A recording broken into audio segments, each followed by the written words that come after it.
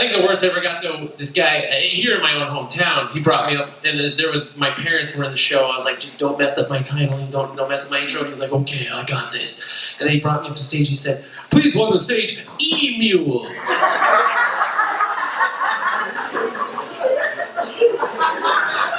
What the hell's an E-Mule? Like the curtain just opens and this cage comes down.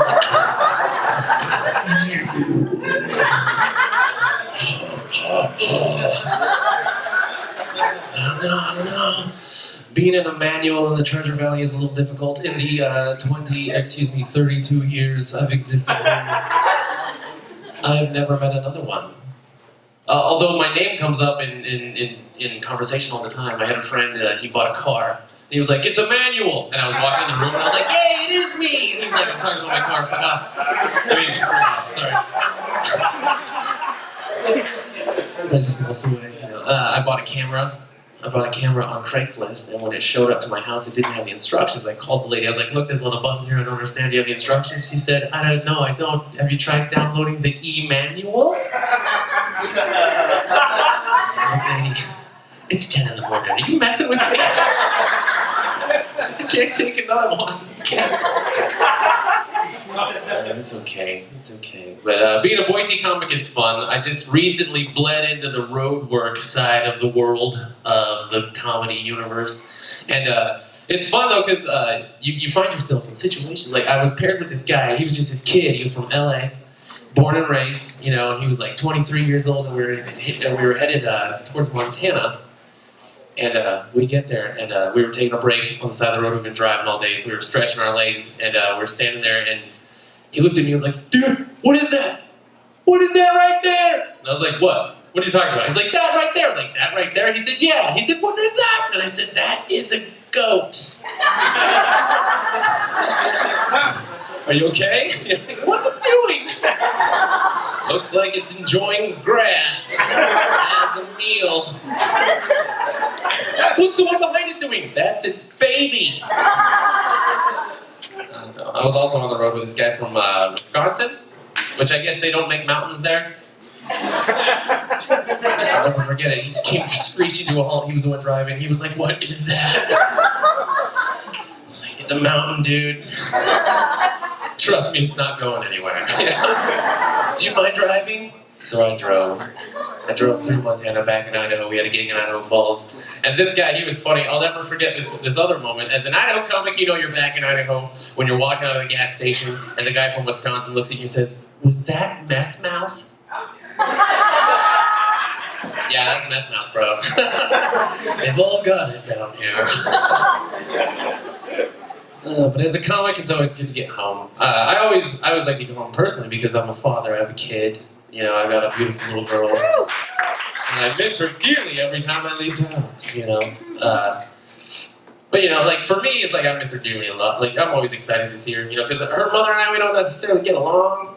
We're not friends or anything. She hates me as much as I hate her. It's very mutual. Yeah, she's very difficult to get along with. I mean, let me put it in perspective. How many of you have ever had this significant other that likes to solve arguments by slitting their wrists and rubbing blood all over the walls? Hands?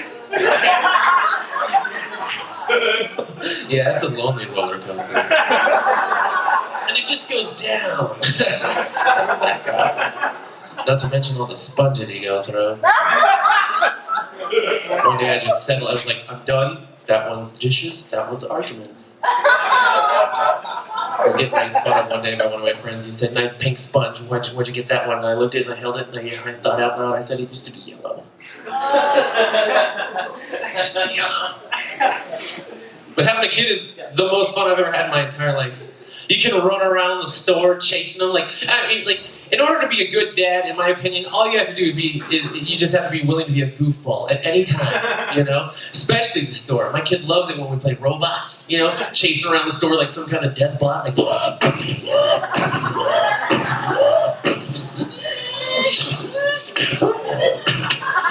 Then you gotta arm your weapon system. But then you gotta scan for your target. And then when you find your target, launching missiles. How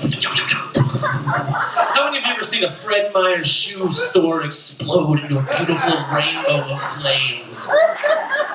You did just now with the power of your imagination. Congratulations!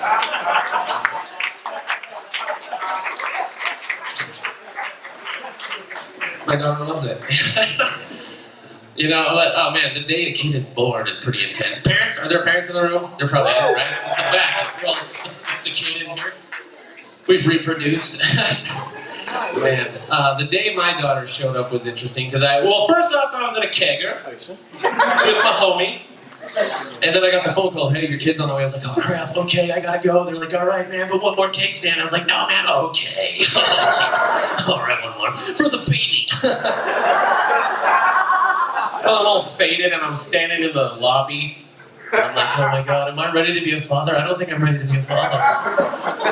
Asking strangers, do you think I'm ready to be a father? Look at me, look at this face. But then Enya came on. I was standing and I was like, okay, that's okay. And then I looked over and there was a little tea cart with cookies and stuff and tea. And having tea and a Lorna Doone. And I was like, okay, I can do this. I can do this. I'm going to be a father. I can do this. This is not so bad. So far, so good. And then a nurse came. She's like, are you the father? Well, come with me. And then she took me. She put me in the room where the birthing was going on. It was horrifying. It was the complete opposite of what I was doing.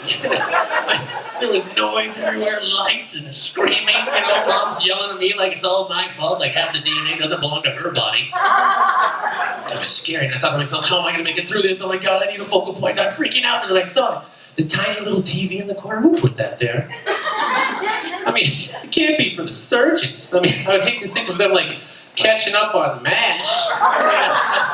Oh, geez, did I snip the wrong? Oh, darn it, Klinger. Come on, no, who put that there? I think it was for me because on the TV was my favorite movie of all times. It was Aliens. Yeah, and I don't know if you've seen the film, but everything is covered in slime by the end of the movie, which is a lot like birth, so I figured I was ready.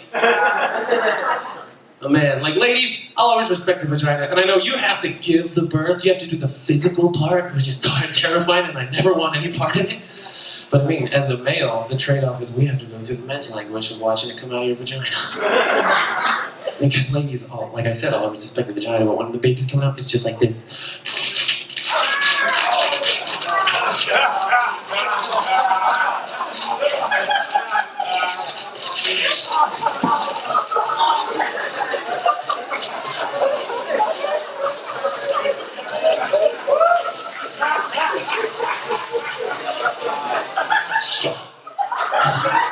And then there's a human head. It doesn't look human, it's all misshapen and covered in boogers and birth juice, and its eyeballs are open and they're as black as jelly beans. And her eye, she had one eye open and she was staring straight into my soul, and I could hear her voice inside of my head. She said, I've come for you. I got all pale and backed up towards the window. They had to catch me. They wouldn't let me cut the umbilical cord, which is the only reason I was there, to my understanding. And it was all over. I was standing in the corner thinking about the whole thing. I was like, man, I've been a parent for 30 seconds. I'm already messing this up. But the nurses, they must see that a lot. They felt really bad. I mean, they came over. They were super casual about it. They were like, hey, man, it's kind of pussed out back there. And yes, that is a pun. And I was like, what? You're being abusive. She's like, look, this is all the time. Don't worry about it. What we're going to do is, like, we don't have her all cleaned up over there. She's still got a lot of umbilical cord hanging off. You want to go, we go over there and we can stage a photograph. You want to stage a photograph? And I was like, wait a minute, wouldn't that be sort of like living a lifelong lie? She said, yeah. I said, yes, please. At my house, there's a picture on the mantle of me proudly cutting the umbilical cord. My daughter, she's 10 now, she hugs me and she's like, that's the day I was born. I was like, yeah, after college I'll explain how it really went. You'll probably get it then. Thank you so much for listening. You've been great. Have a good day.